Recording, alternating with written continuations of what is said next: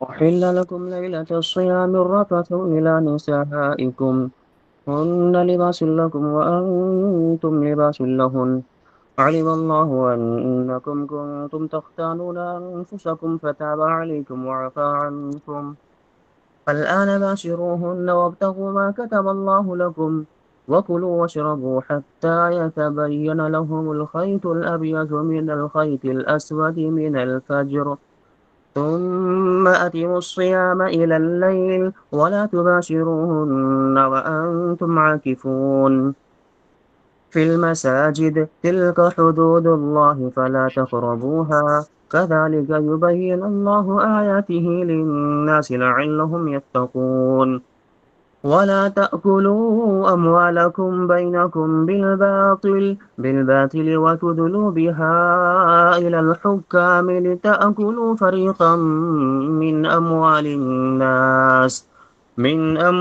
الناس بالإثم وأنتم تعلمون صدق الله العظيم.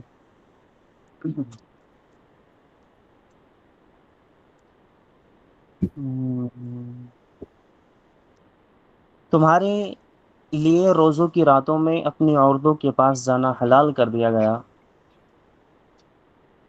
وہ تمہارے لیے لباس ہیں اور تم ان کے لیے لباس ہو.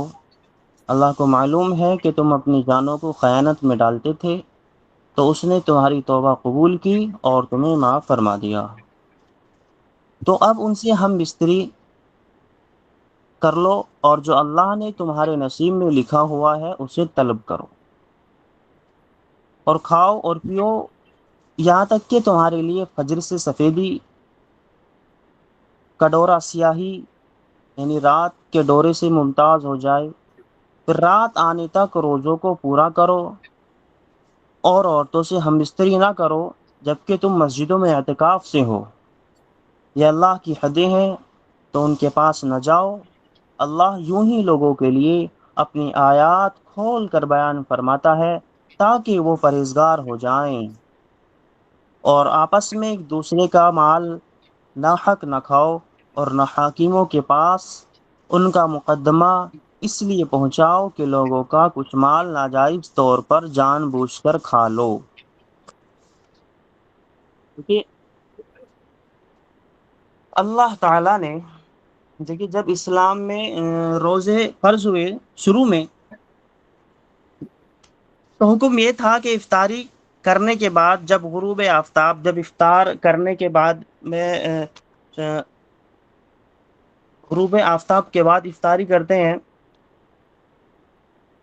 جب تک ہم سونے سے پہلے جب تک اس وقت مسلمان سوتے نہیں تھے تو پوری رات کھانے کی پینے کی اجازت تھی.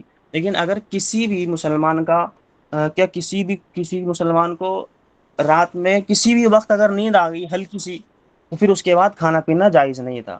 پھر وہ پورا اگلے دن تک یعنی کہ غروب آفتاب تک انتظار کریں گے کب افطاری کا وقت ہوگا تب ہم افطار کریں گے. جیسے ہی آنکھ لگی دوبارہ اٹھے تو کھانا پینا حرام ہو گیا. ایک تو یہ حکم تھا اور دوسرا جیسے روزے کی حالت میں ہم بستری کی اجازت نہیں تھی اسی طرح رمضان میں بیوی کے قریب جانے کی بھی اجازت نہیں تھی. اور اس پر کفارہ تھا. کفارہ بھی بڑا زبردست رکھا تھا 60 روزوں کا. یعنی کہ اگر کوئی غلطی سے بیوی کے پاس چلا گا تو اسے 60 روزے رکھنے مسلسل. بعض صحابہ سے کوتاہی ہوئی. ایک صحابی رسول صلی اللہ علیہ وسلم کے پاس آئے. بڑا دلچسپ واقعہ ہے. فرمایا ان سے رمضان کی رات میں ہم بستری ہو گئی تو آپ صلی اللہ علیہ وسلم نے ان کو بلایا. فرمایا کیوں ہوا یہ کیا وجہ تھی. تو انہوں نے فرمایا رسول اللہ صلی اللہ علیہ وسلم میری زوجہ کی یعنی میری وائف کی پنڈلی کھلی اس پر میری نظر پڑی مجھ سے برداشت نہیں ہوا اور مجھ سے جمع ہو گیا. تو آپ صلی اللہ علیہ وسلم مسکرائے اور فرمایا جاؤ 60 روزے رکھو. تو ان صحابی نے فرمایا رسول اللہ ایک روزہ رکھنا اتنا مشکل ہے تو میں 60 روزے کیسے رکھ سکتا ہوں. تو آپ صلی اللہ علیہ وسلم نے فرمایا تو 60 مسکینوں کو کھانا کھلائیں، 2 ٹائم کا۔ فرمایا یا رسول اللہ میں تو خود مسکین ہوں، میں کیسے کھلا سکتا ہوں کھانا؟ اسلام میں اصل حکم تو یہ ہے کہ اگر روزے کی حالت میں زوجہ سے ہم بستری کر لیں تو لگاتار 60 روزے رکھنے پڑتے۔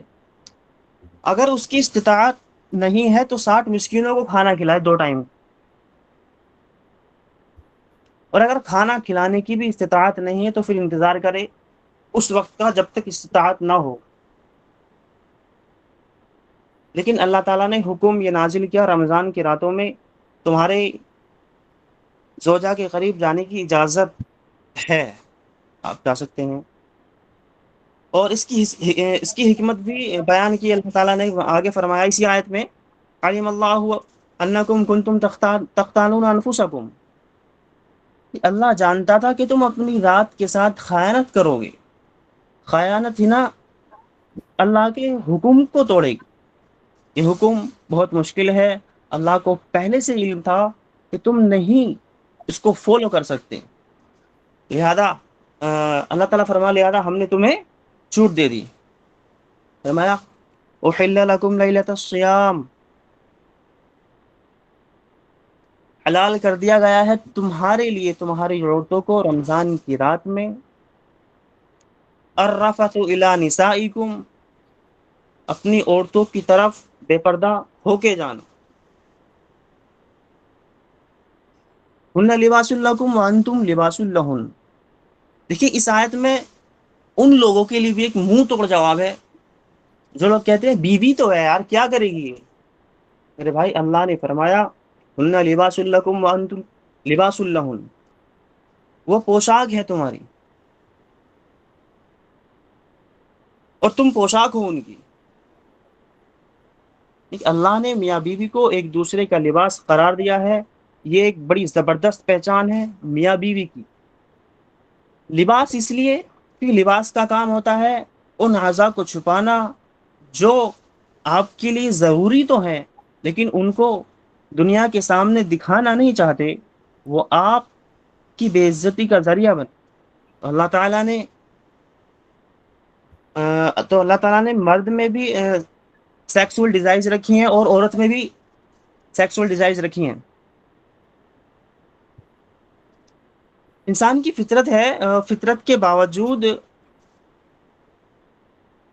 کوئی بھی ان چیزوں کو نمایاں نہیں کر سکتا۔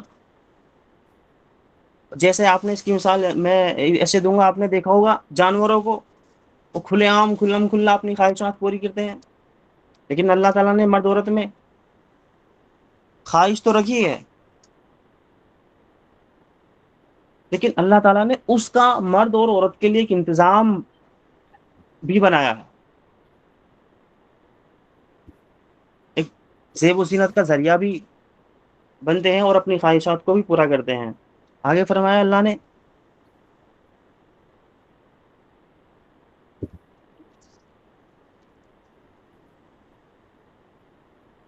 علم اللہ انکم کنتم تختانون انفسکم فتاب علیکم وعفى عنکم فالآن باشروہن وابتغوا ما كتب اللہ لکم، اور اولاد اور وہ چیزیں تلاش کرو جو اللہ نے لکھ دی ہیں تمہارے لیے۔ کہ یہاں پہ ایک سوال یہ پیدا ہوتا کہ جب اللہ کو یہ حکم منسوخ ہی کرنا تھا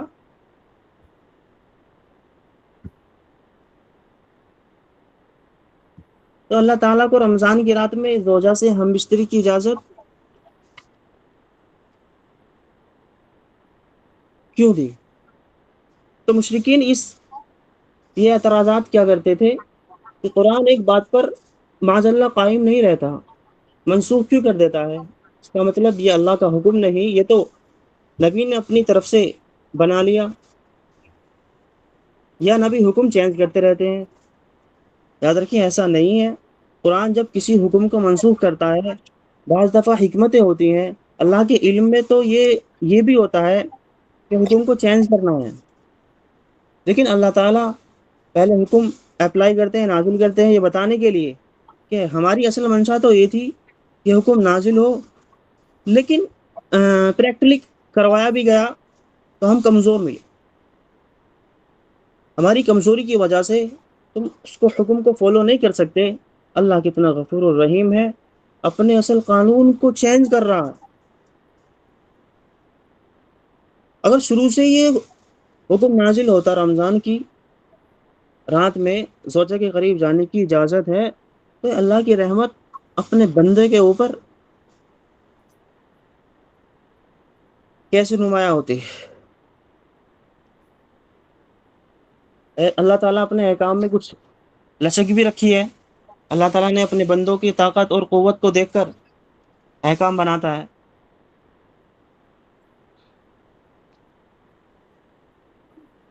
یہ فرمایا وَكُلُوا وَاشْرَبُوا حَتَّى يَتَبَيَّنَ لَكُمُ الْخَيْطُ الْأَبْيَضُ، کھاؤ اور پیو جب تک صاف نظر آئے تم کو دھاری سفید، یعنی کہ صبح کے وقت تک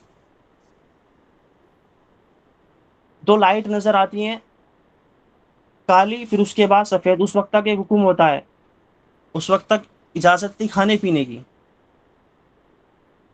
وَلَا تُبَاشِرُوهُنَّ وَأَنْتُمْ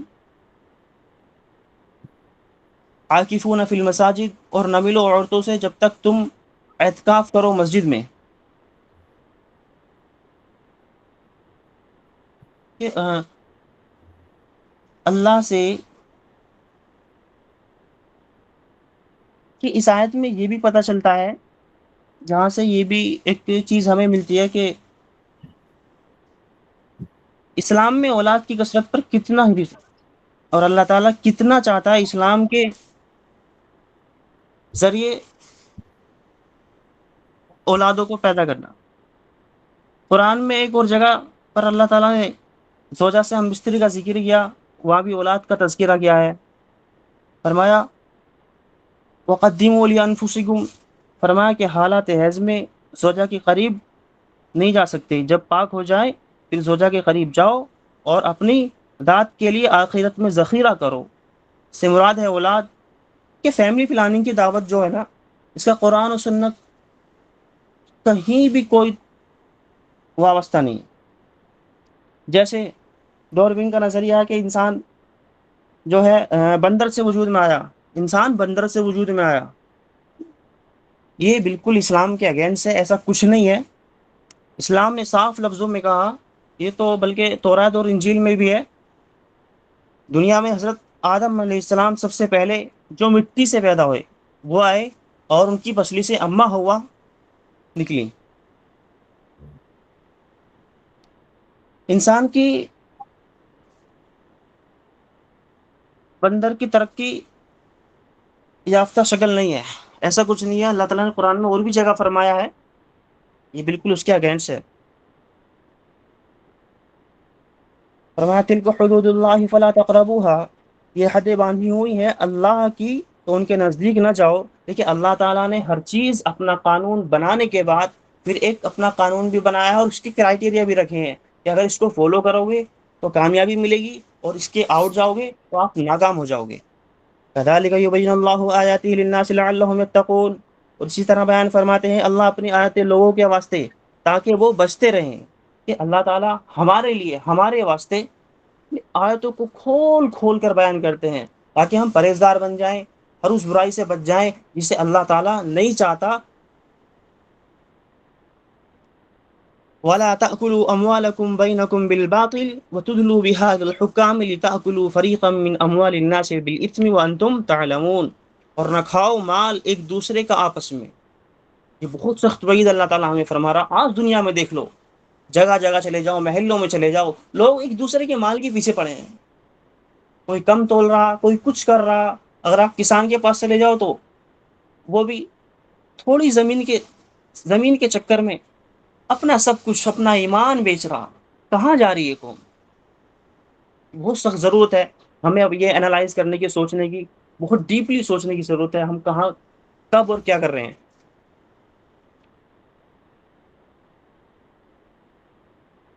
کوئی حصہ لوگوں کے مال میں سے ظلم کر کے ناحق، اور تم کو معلوم ہے۔